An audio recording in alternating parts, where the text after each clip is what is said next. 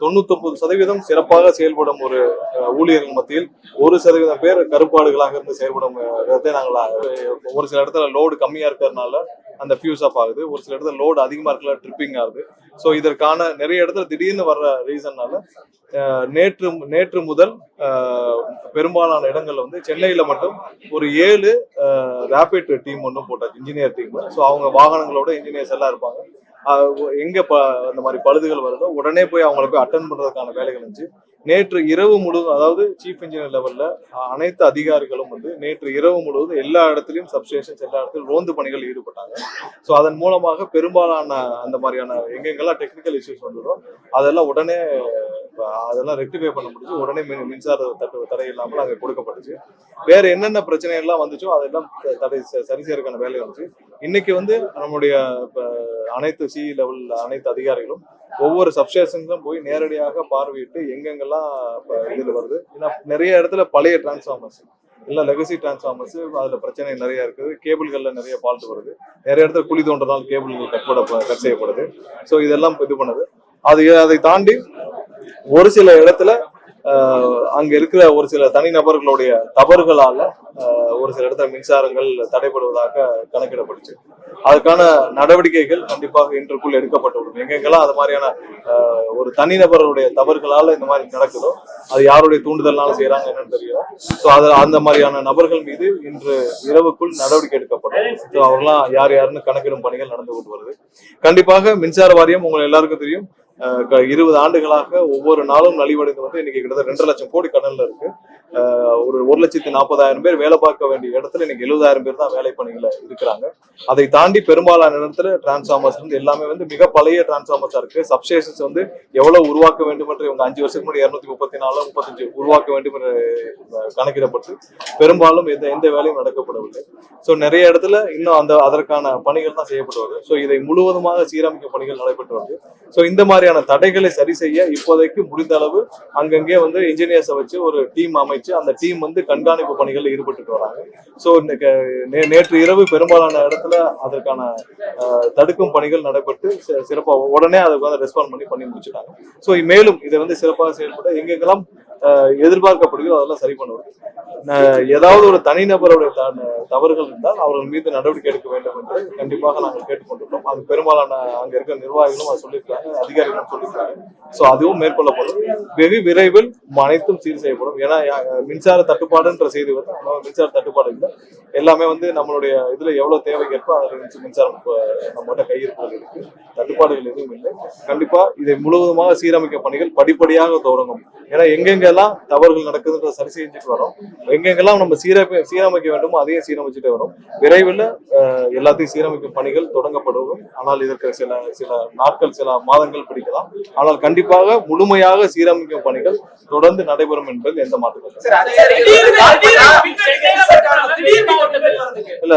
நிறைய இடத்துல லோடுகள் அதிகமாக போச்சு, அதனால மின்வெட்டுன்னு சொன்னாங்க, அதனால ட்ரிப்பிங் ஆயிருக்குன்னு சொன்னாங்க. எந்தெந்த இடத்துல அங்க இருக்கிற அதிகாரிகளால் தவறு நடந்ததோ அவர்கள் மீது கண்டிப்பாக நடவடிக்கை எடுக்கும் பணிகள் தொடங்கி இருக்குது. ஸோ கண்டிப்பாக நடவடிக்கை எடுக்கப்படும். ஏன்னா எங்கெல்லாம் வந்து ஒரு சில தனிநபர்கள் யாருடைய தூண்டுதலின் பேர்லயோ செய்யறாங்கன்ற ஒரு சில கருத்துக்கள் நிலவுகிறது. ஸோ அதெல்லாம் சரி செய்யும் பணிகள் நடந்துட்டு இருக்கு. 99% சிறப்பாக செயல்படும் ஒரு ஊழியர்கள் மத்தியில் 1% பேர் கருப்பாடுகளாக இருந்து செயல்படும் இடத்தை நாங்கள் வேலிடேட் பண்றோம். இல்ல அதை நம்ம இப்ப போய் வேலிடேட் பண்ணிட்டு இருக்க வேண்டாம். கண்டிப்பாக 99% சிறப்பாக செயல்படும் அந்த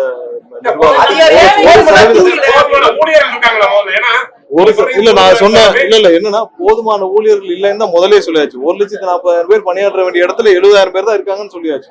சோ அதனால இல்ல இப்ப வந்து சொல்லிக்கிறேன்.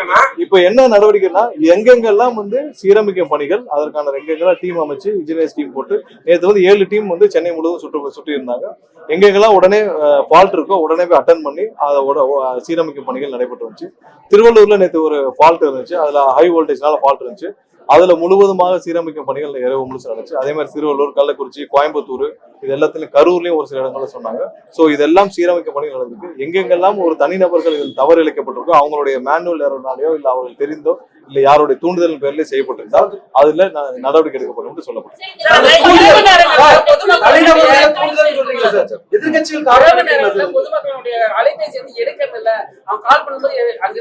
இப்ப நம்மளுடைய கால் சென்டர்ஸ்ல 24 மணி நேரம் கால் சென்டரோட நம்பர் கொடுக்கப்பட்டிருக்கு. மேக்சிமம் அந்த கால் சென்டருக்கு கால் பண்ணா அங்க எடுக்கிற கால் இருப்பாங்க. ஏன்னா ஒவ்வொரு மின்சார வாரியத்துக்கு அங்க இருக்கிற ஊழியர்கள் வந்து சரி செய்யும் பணியில இருக்கலாம், அதனால போன் எடுக்காம இருக்கலாம். கால் சென்டருக்கு தொடர்பு கொள்றவங்களுக்கு கண்டிப்பாக அவங்களுக்கு தேவையானது அதை அங்கேயே பதிவு செய்து அங்க டிக்கெட் ரைஸ் பண்ணி அவங்களுக்கு மெசேஜும் போயிருக்கு. ஒவ்வொரு கால் சென்டர் நம்ம கால் சென்டர் 24 மணி நேரம் 300க்கும் மேற்பட்டவர் வந்து கால் சென்டர்ல பணியாற்றுறாங்க. அதற்கான உடனே அவங்களுக்கு அந்த டிக்கெட் ரைஸ் பண்ணி அதுக்கான மெசேஜும் கொடுத்துறாங்க. ஸோ அதனால பெரும்பாலும் கால் சென்டருக்கு தொடர்பு கொண்டால் அதுக்கான உடனே ரெஸ்பான்ஸ் கிடைக்கும். ஏன்னா ஒவ்வொரு சப்ஸ்டேஷன்ஸ்லயும் இருக்கிற ஊழியர்கள் வந்து வேற பணிகள்ல இருக்கலாம். சோ அதனால போன் எடுக்காம இருக்கலாம். சோ அதனால கால் சென்டர்ல கால் பண்றதுதான் எல்லாரும்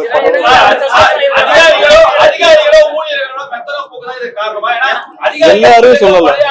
இல்ல 99 ஒரு சில பேரால் மெத்தன போக்காக இருக்கலாம். அதையெல்லாம் ஐடென்டிஃபை பண்ணிட்டு இருக்கோம். பட் எல்லாருமே அப்படி இல்ல. 99% நேற்று இரவு முழுவதும் பாத்தீங்கன்னா பெரும்பாலான அதிகாரிகள் சி லெவல் இருக்க அதிகாரிகள் டிஸ்ட்ரிபியூஷன் இருக்க பெரும்பாலான அதிகாரிகள் வந்து இரவு முழுவதும் தூங்க, அதாவது 2 நாள் தூங்காமல் இரவு முழுவதும் பணியாற்றி இருக்காங்க. இப்போ வரைக்கும், அதாவது நேற்று மதியம் போனவங்க இப்போ வரைக்குமே வந்து பணியில இருந்துட்டு தான் முழுவதும் சுற்றுப்பயணம் இருந்து எல்லாருமே பணியாற்றி வராங்க. நம்ம இதுல இன்னொரு சேலஞ்ச் என்னன்னு சொல்றோம்னா, எல்லா இடத்துலயும் பழைய டிரான்ஸ்ஃபார்மர்கள், பழைய கேபிள்கள். ஸோ இதையும் அங்கங்க அந்த அதனால பெரிய ஃபால்ட் வந்து அதையும் சீரமைக்கும் பணிகள் இருக்கு. முழுமதாக புதுசா மாற்ற முடியாது. ஆனால் தேவையான இடத்துல இருக்கிற கையிருப்புகளை வச்சு புதுசாக மாற்றப்பட்டிருக்கு. எங்க பெரிய ஃபால்ட்டுக்கும் மாற்றப்பட்டிருக்கு. கேபிள் ஃபால்ட்ஸ் எல்லாம் டெம்பரரியா சீரமைச்சு கொடுத்துட்டு வராங்க.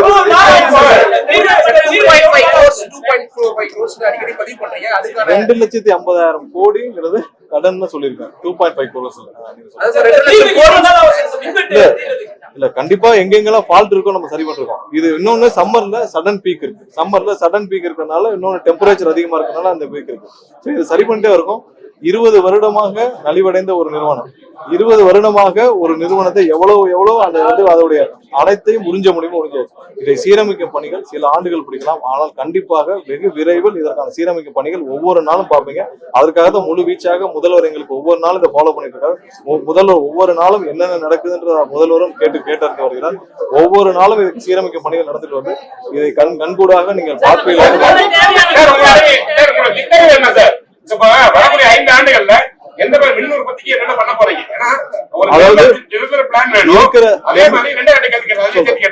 அதே மாதிரி சூரிய மின் உற்பத்திக்கு என்ன பண்ண போறீங்க?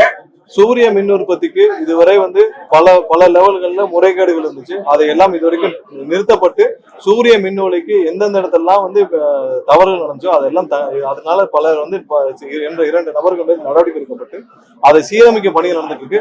இன்னும் ஒரு சில நாட்களில் யாரெல்லாம் வந்து எப்படி சுலபமாக இன்வெஸ்ட் பண்ணி அவங்க வந்து தொழில் இங்க வந்து சோலார் பிளான்ட் கொண்டு வர முடியுமோ அவங்களுக்கான அனைத்து கால்ஃபர் பண்ணப்படும். திங்கட்கிழமை அதற்கான இன்வெஸ்டர்ஸ், நான் சொல்லிடுறேன், திங்கட்கிழமை அதற்கான இன்வெஸ்டர்ஸ் மீட் வச்சிருக்கோம். சோ யாரெல்லாம், ஏன்னா இதுக்கு முன்னாடி இந்த சிஸ்டம்ல அவங்க ரொம்ப கஷ்டப்பட்டு ஒரு அப்ரூவல் ஒரு அப்ளிகேஷனை போட்டு அவங்க வாங்க வேண்டியிருக்கும். அதுல பல தனிநபர்களை சந்திச்சு வாங்க வேண்டிய சூழ்நிலை இருக்கும். அது எல்லாம் இனிமேல் நடக்காது. அதை சீரமைச்சு தனியாக அவர்கள் தொழில் துவங்க என்றால் சிறப்பாக பண்ண வேண்டும் என்று இருக்கும். இது மாதிரி ஒவ்வொரு இடத்துலயும் வந்து இருக்கிற அனைத்து தவறுகளையும் சரி செய்து இந்த நிறுவனத்தை புதிதாக கொண்டு வரும் முயற்சி நான் அடுத்ததா கேட்டது எவ்வளவு புதுசா என்ன வந்து உற்பத்திக்கு என்ன செய்ய போறேன்னு கேட்டாங்க. உற்பத்திக்கான திட்டங்கள் அனைத்தும் பிளான் பண்ணி அதற்கான அறிவிப்புகள் விரைவில் வரும். ஏன்னா நிறைய இடத்துல இப்ப ஈவினிங்க்கு மேல இருக்குல்ல, அதான் பீக் டைம். ஏன்னா சோலார் வந்து உங்களுக்கு இரவு நேரத்துல வராது. சோ அதுக்கப்புறம் வந்து அந்த டிராப் இருக்குல்ல, அதை சரி செய்யும் பணிகள்ல இரவு நேரத்துல என்னென்ன செய்யலாம்ன்றதுக்காக திட்டமிட்டு வருகிறோம். விரைவில் அதுக்கான அறிவிப்புகள் வரும். எங்கெங்கெல்லாம் வந்து இரவு நேரங்கள்ல இங்க தமிழ்நாட்டிலே தயாரிப்பு பணிகள் இருக்கு, அது எங்கெங்கெல்லாம் பாதியிலே நிறுத்தப்பட்டிருக்கு. ஒரு சில இதுல வந்து எந்த பணியும் செய்யாமல் பல ஆண்டுகளாக இருக்குது. சோ அதற்கான கணக்கீடு பணிகள் எடுக்கப்பட்டு வருது. சோ அதையெல்லாம் எடுக்கப்பட்டு விரைவில் உங்களுக்கு வந்து வெளியிடும்.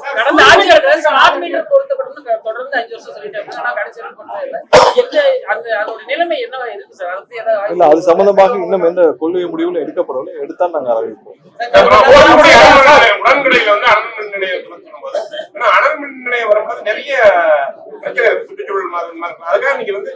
அது வந்து உங்களுக்கு பெரிய சவாலா இருக்கும். அதுக்கு வேற என்ன மாற்று ஏற்பாடு பண்ண போறீங்க? இல்ல அனல் மின் நிலையங்கள் வந்து கண்டிப்பா நமக்கு தேவை. அதனாலதான் வந்து இரவு நேரங்கள் நம்மளால சீராக அது இன்னும் மேம்படுத்த வேண்டிய கட்டாயத்தில் இருக்கு. ஏன்னா நம்மளுடைய அனல் மின் நிலையங்களுடைய கெப்பாசிட்டி வந்து 4000 மெகாவாட்னா இன்னைக்கு அதுல ஒரு 60 to 65% தான் அதோடைய நம்மளோட செயல்பாடுகள் இருக்கு. அதை இன்னும் மேம்படுத்துறதுக்கான வேலைகளை கண்டிப்பா செய்யறதுக்கான வேலைகளை துவங்குவோம். இதெல்லாம் சரி செய்து கண்டிப்பாக சீக்கிரம் அனைத்தும் மக்களுக்கு பயன்பாட்டுக்கு வர வேண்டும் என்பது எங்களுடைய இல்ல.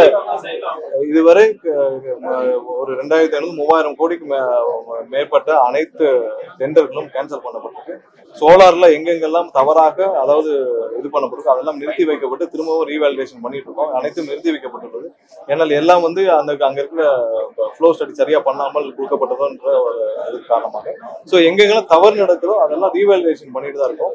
கண்டிப்பா இனிமேல் எந்த தவறையும் இந்த நிர்வாகத்தில் அனுமதிக்க கூடாதுன்றது முதல்வருடைய குறிக்கோளாக இருக்கு.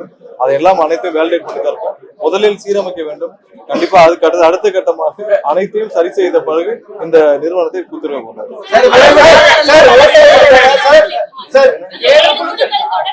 தொடர்ந்து பணியாற்றும் அந்த 7 குழுக்களும் தொடர்ந்து பணியாற்றும். அனைத்தும் சீராக மாதிரி பணியாற்றும். எங்கெங்கெல்லாம் அந்த ஃபால்ட் இருக்கோ அவங்க ஐடென்டிஃபை பண்ணுவாங்க.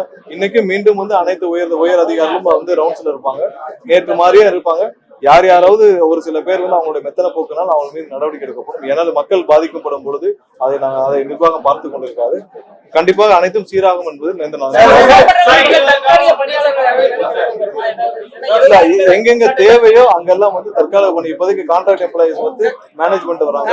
ஸோ அது அங்கங்க தேவைப்படும் பொழுது கான்ட்ராக்ட் எம்ப்ளாயிஸ் வச்சு பண்ணிட்டு இருக்காங்க. ஏன்னா என்ன பணியில் அமைத்தவருக்கு நேரமாகும். அதனால நேற்று நிறைய பேர் வந்து கான்ட்ராக்ட் எம்ப்ளாயிஸ் பணி அமைத்து இருக்காங்க. நேற்று நிறைய வாகனங்கள் அதாவது இந்த மாதிரியான உடனே அதை அங்க போய் அந்த இதை ரெக்டிஃபை பண்றதுக்கு நிறைய வாகனங்கள் வாடகைக்கு எடுக்கப்பட்டு அதன் மூலமாக சென்று கண்காணிப்பு குழுக்கள் செயல்பட்டு வந்தாங்க. கண்டிப்பா இன்னும் சில நாட்கள் இது கண்டிப்பாக தொடர்ந்து செய்யப்படும். அனைத்தும் சீரமைக்க என்பது எங்களுடைய எண்ணமும் பார்க்கலாம். விவசாயிகள் வந்து தொடர்ந்து மின்சாரம் பார்க்க வேண்டியது